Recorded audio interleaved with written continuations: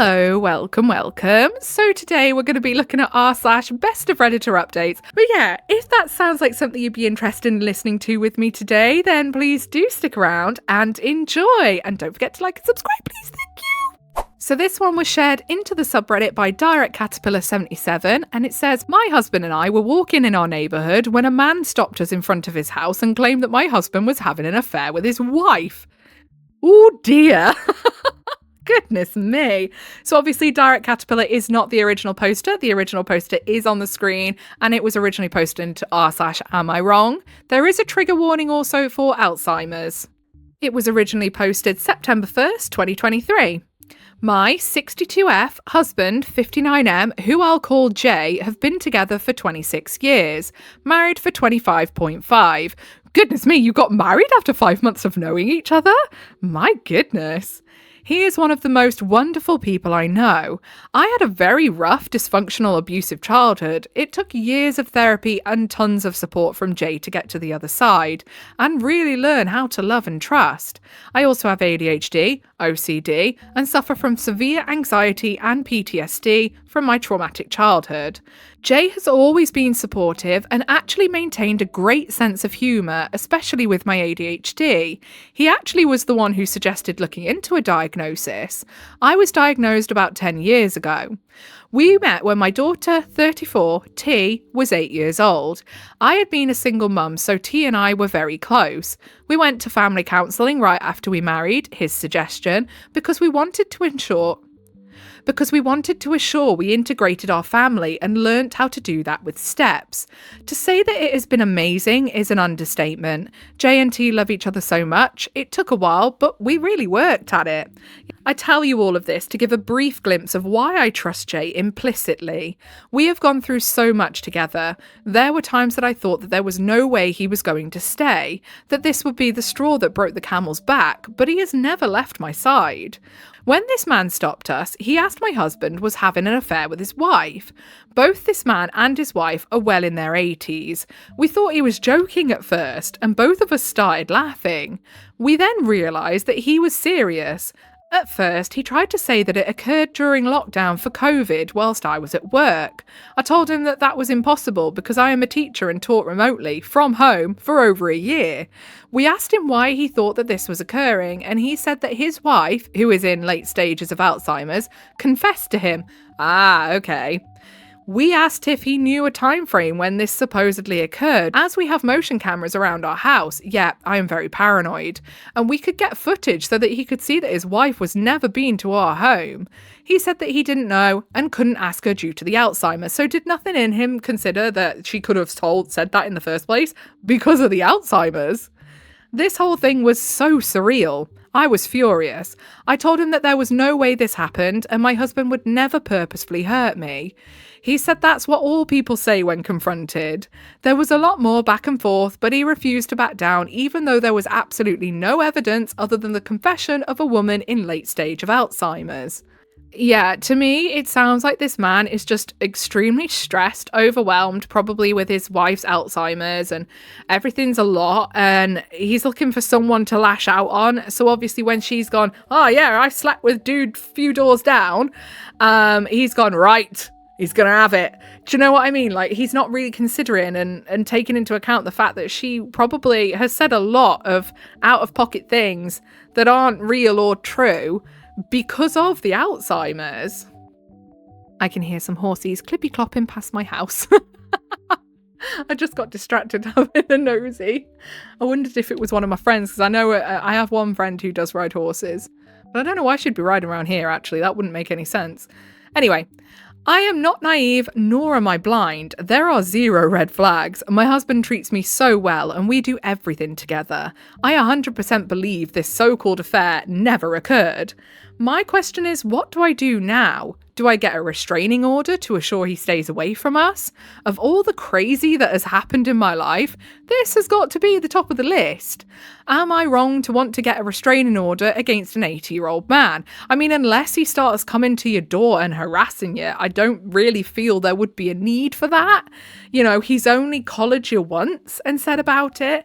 If he starts like collaring you constantly and saying about it, then maybe, but Yeah, I don't think there is a need to go that far just yet. Relevant comments. Juliet Jane 01. I mean, do you need a restraining order? You were in front of his house, right? Did he threaten you or say anything to make you think that he would bother you? Maybe he is also confused. Yeah, that thought did run through my head as well. Like, obviously, considering they're over 80, is there a chance that he's maybe got a little bit of confusion going on as well? And that's why he's acting so aggressively? Because any other person would probably put the two and two together and say, it's the Alzheimer's making her say that, you know? OOP. Yeah, he told Jay not to go near his property or he would be sorry. We honestly are just worried that he may own a firearm. It's impossible to not go near his property, and I don't want my husband to get hurt. Deleted.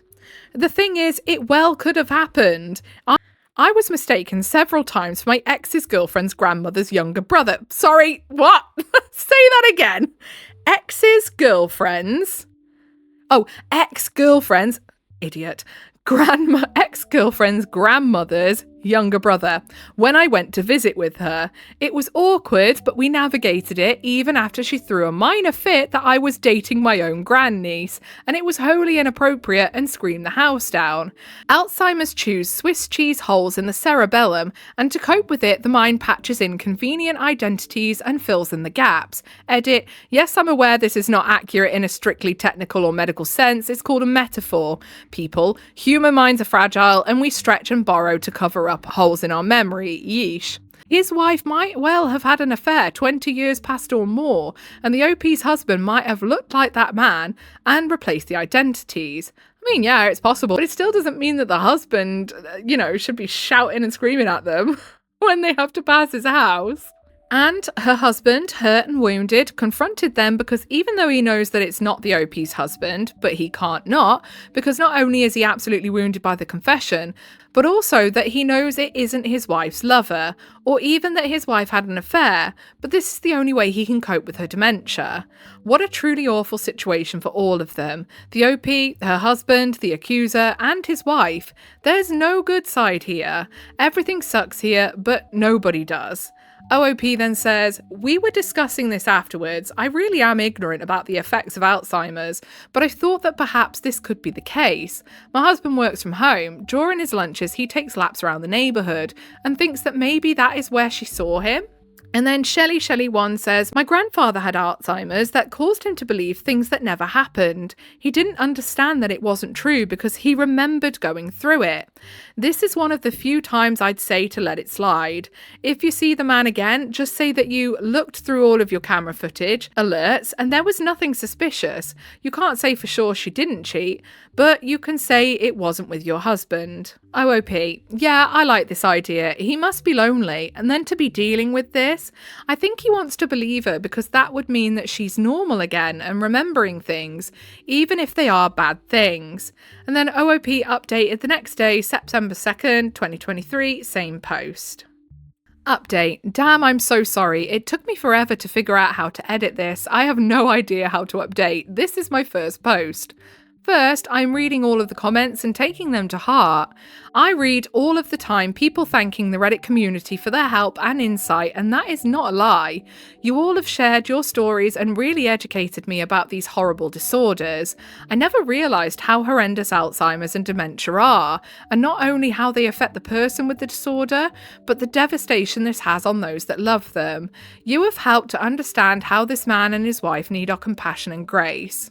I did speak with a person in the neighbourhood. I was worried about getting anyone involved officially because, as many pointed out, this could cause more harm than good.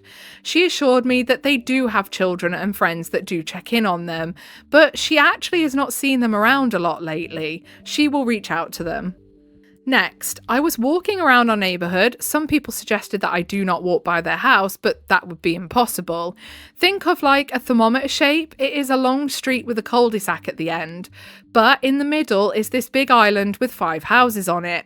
Anyway, at one point, the gentleman knocked on his window and pulled the top down. He asked to speak with me. I said that that may not be the best idea, as he essentially accused my husband of a horrendous crime. He said he would only take a few minutes and it was not something bad. I told him I would not go on his property, and I actually backed up to the middle of the street. He asked if I would be okay with his going into his porch. I said yes. He immediately apologised. He said my husband's demeanour was what made him realise that there was not any truth to what his wife said. He said what many of you have told me about Alzheimer's, and he realised what his wife had told him could not have occurred. I told him that I was happy that he realised this, because after all that I learned in the last 12 hours, it was breaking my heart that this may be the last memory he had of the person he spent almost his whole life with. He thanked me, so I am thanking all of you that made me realise that compassion and grace should be the go-to. We actually then had a nice conversation, all together talked about 15-ish minutes. He asked me to apologise to my husband for him. I told him I would and said see you later. He had a really big smile on his face. Again, I do not think that this would have ended this way without all of your input. Even those of you that called me a Karen, that's okay. I used to teach at a behavioural school. I've been called worse. Oh, I bet.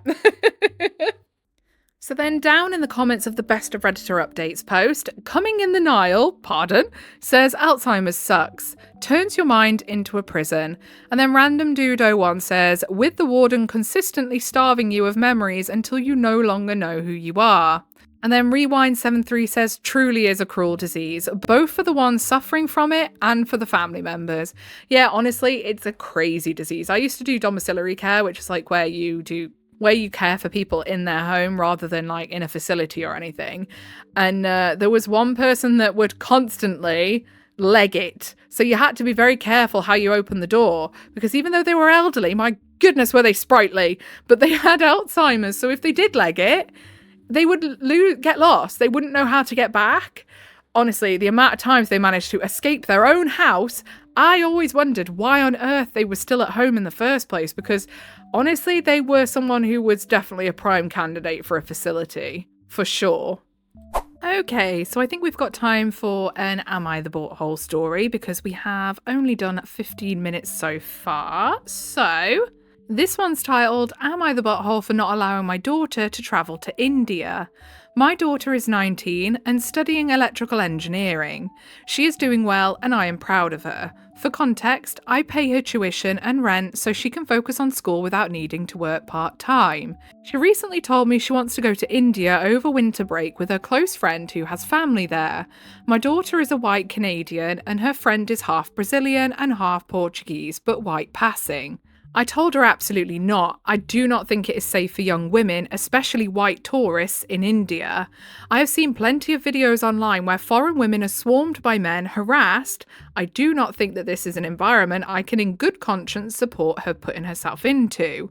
I am not quite sure I believe her that her friend has relatives that actually live there, and she might be misrepresenting that. She argued that they are going to Goa, which is the south, and supposedly safer, but I am not convinced. Just because one region is safer does not mean it is safe. To me, there are way too many risks, and if something happened, I would never forgive myself for letting her go.